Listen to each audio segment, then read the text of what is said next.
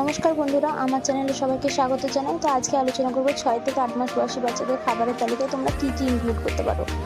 তো দেখো, এখানে একটা লিস্ট দিয়ে দিয়েছি। আপেল সেদ্ধ, গাজর সেদ্ধ, মিষ্টি আলু সেদ্ধ, কুমড়ো সেদ্ধ, নাশপাতি সেদ্ধ, কাঁঠালি কলার পেস্ট। তো এই ধরনের খাবার তোমরা ইনক্লুড করতে পারো। তবে যাই খাও না কেন, সেটা প্রথমে যেটা খাওয়াবে সেটা 5 দিন পর রোজই খাওয়াতে হবে। সেটা একবার হ্যাবিট হয়ে গেলে তারপর নেক্সটে শুরু করতে হবে। এভাবে তোমরা ট্রাই করতে পারো। আশা করছি বাচ্চাদের হ্যাবিট হবে এবং বাচ্চাদের ক্ষেত্রে ডাইজেশনের কোনো প্রবলেম হবে না।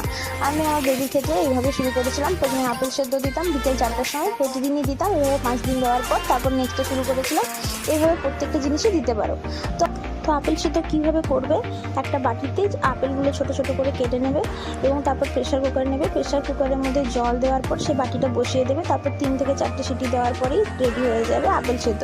সেটাকে তোমরা ম্যাশ করে বা ছেঁকে খাওয়াতে পারো। প্রথমে স্মুথ পেস্ট খাওয়াবে, তারপর দানা দানা থাকলেও ক্ষতি নেই।